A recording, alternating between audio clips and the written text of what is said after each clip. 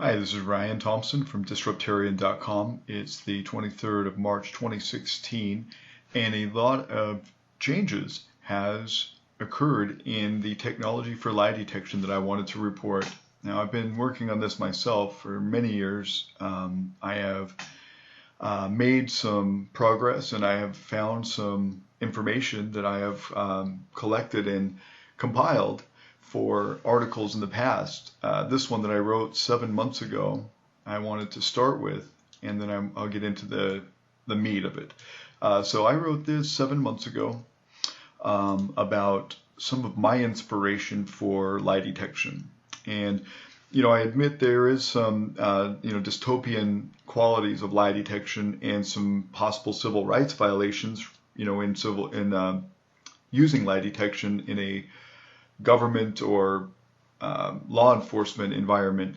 However, there is good private practical uses of lie detection, and these things I wanted to comment on.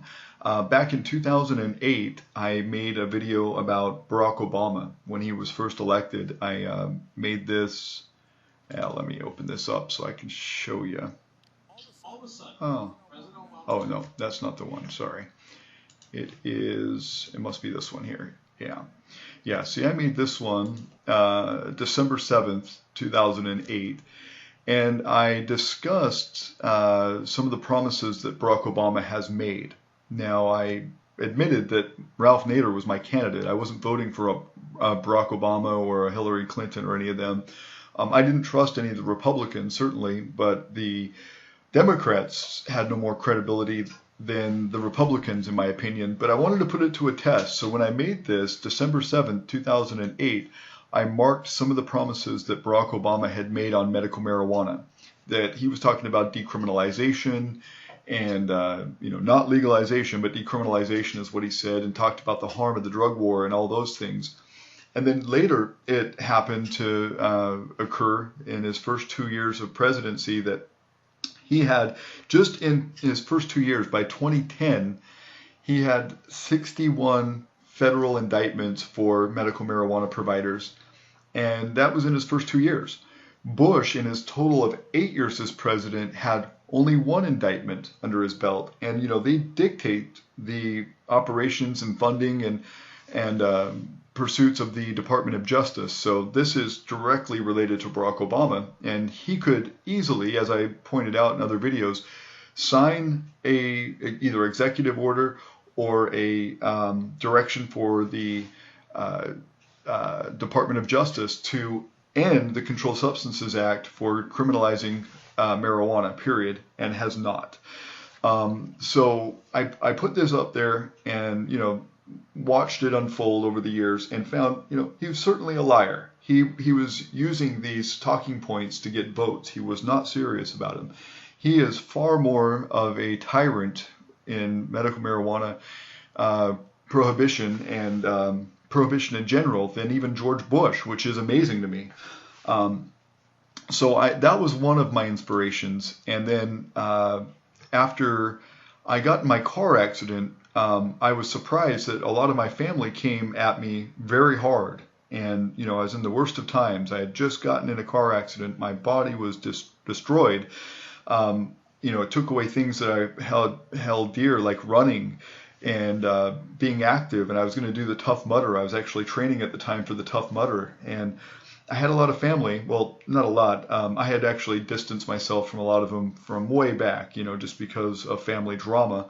But the members that I had still had in my family that were close to me came at me with some very harsh words about, my relationship with my grandmother, my relationship with my mother, my relationship with my brother who's passed away, and just a lot of things that they came at me.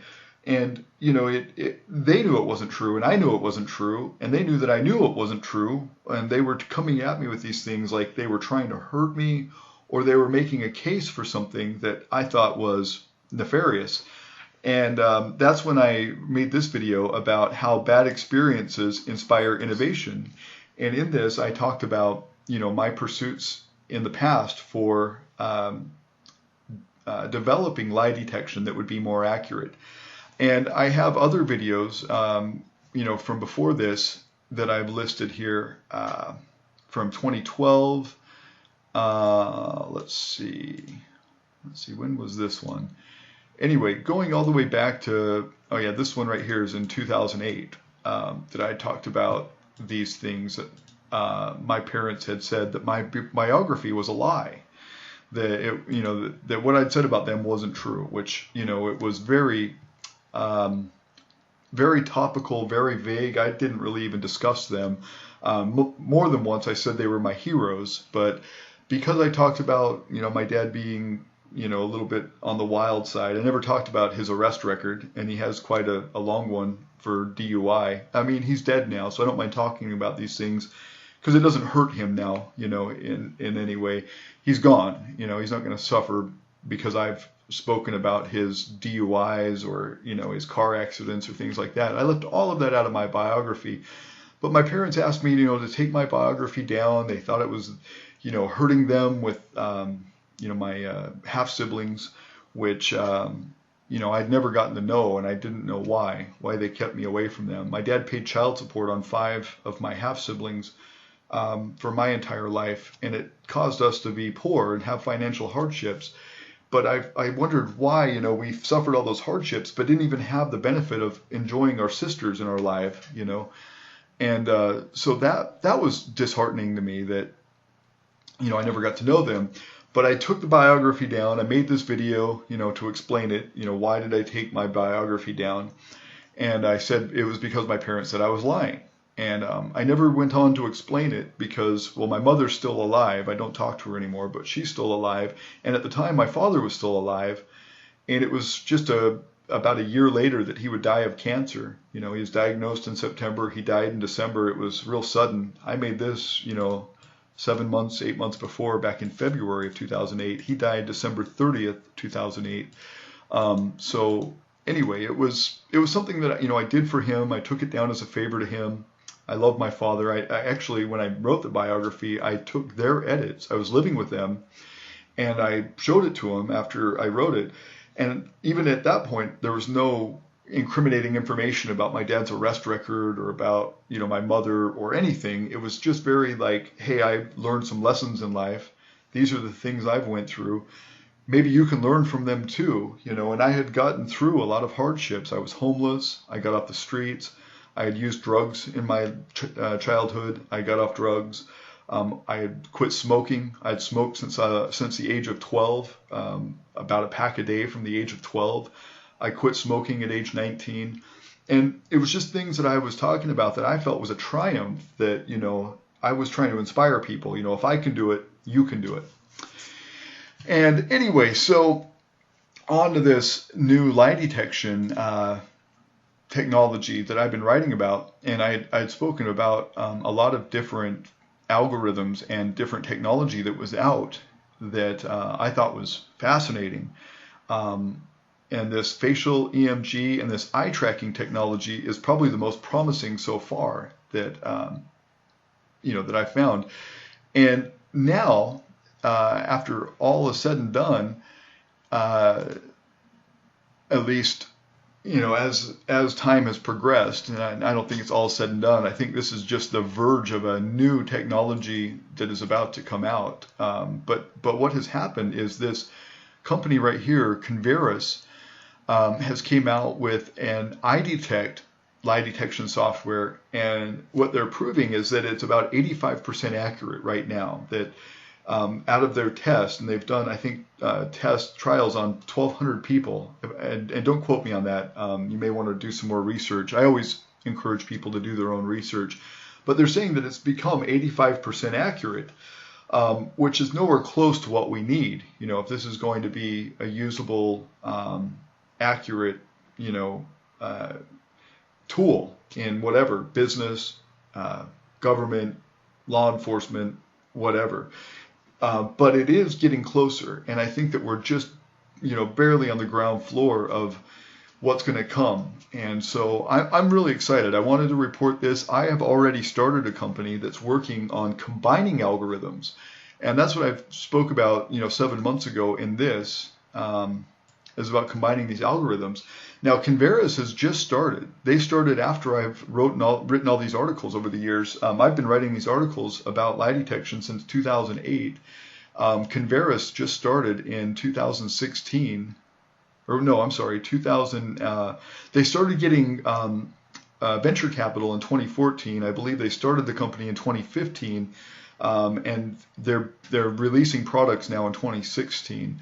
But anyway, I'm just very, very happy that it's going into the private market, and it's becoming a source of profit for people, because that motivates innovation, and the innovation will continue. The more profit that is available, for consumers, for business, for government, more people buying it, the more it improves. And for my own self, just as a personal, desire, I wish that it would be 100% accurate tomorrow. And, I'm telling you, I would make 100 videos because I would love to get some things straight, but I've already made thousands of videos about things. About 20 of them, I would say, out of the thousands of videos that I've posted, video blogs, are about personal issues that, could be tested one way or the other. Is he telling the truth about this? Is he lying about this? And the great thing about my videos is that I could, this could be used, this iDetect software could be used to analyze my videos, because my videos have my face, my eyes in the video, and could be tested, just like with Barack Obama or Hillary Clinton or Bernie Sanders or Donald Trump, when they're making campaign promises on the airwaves, on live television or whatever, or recorded television, these types of algorithms, these types of technologies could be applied, could, analyze their truthfulness, and these are big situations, big issues where the president or the future president is saying, if you vote for me, I will do this, this, and that. If you vote for me, I'll do that, or this. And those kind of promises, could really affect everybody's future in the entire world, in the universe, in some ways, and, some small, measure, the entire universe could be affected. But certainly the world, or our country, or our state, or our personal lives could be affected very directly and very quickly by these campaign promises of people who have a lot of power and a lot of control and a lot of effect in the world and the universe. So it's very important to me to have something like this available. I know, like I said in the beginning of the video, that there is some privacy implications and some civil rights implications. And my only rebuttal to that is that the technology is here. It isn't going to stop. There's nothing going to stop this from going forward. So people are, I think, smart to invest and to pursue these technologies. I mean, just think if there was a consumer version of this iDetect, like the military is now using, these little handheld lie detectors that the military has, these things right here, that they're using in combat, to investigate terrorists or suspected combatants, and if a consumer could buy one of these for, say, $200 or something, and, in personal conversations, in business dealings, in whatever, in job interviews or whatever, if a consumer could buy one of these for a couple $100 and they could get an accurate reading, hopefully someday 100% accurate reading, then the potential for profit is amazing.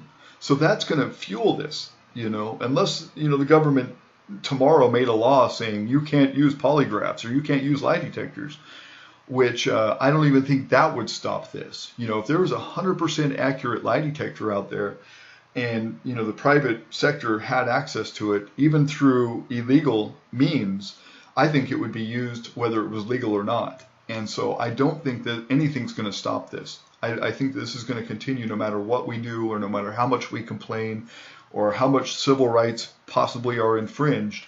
I think this is going to continue to move forward. And I honestly, from personal desires and situations in my life, personally, I wish this would, and I wish it would be 100% effective, 100% accurate tomorrow, because I have a lot of burden on my shoulder that I would love to relieve with something like this. Not that there's anything serious that I need to discuss, most of it doesn't affect anybody but myself, but just for peace of mind, I would love for this to be 100% accurate. So anyway, this is Ryan from Disruptarian.com. You can read my article, and I'll put a link to it in the description here, but you can go to clovusstar.com and you can type in the search polygraph, and you'll see my article, which is Emotional Observation Technology Moves Forward. And like I said, our company, I'm not divulging the name. I registered this company a year ago. I've been working on it for about, I guess, 8 years now. I started in 2008 with working on these algorithms. But I'm not going to release the name of the company or any of the details of the company yet, because I have a lot of work to do before I'm ready for going public with it in any way. The only things that I'm trying to do now is inspire others to get on this, because like I said, not only is there, positive consequences for, establishing truth in society, but there's also profit to be had. And I think that's going to attract a lot of people. And I hope it does. I really want to see this happen. Thanks for tuning in to Disruptarian.com. This is Ryan. Peace out.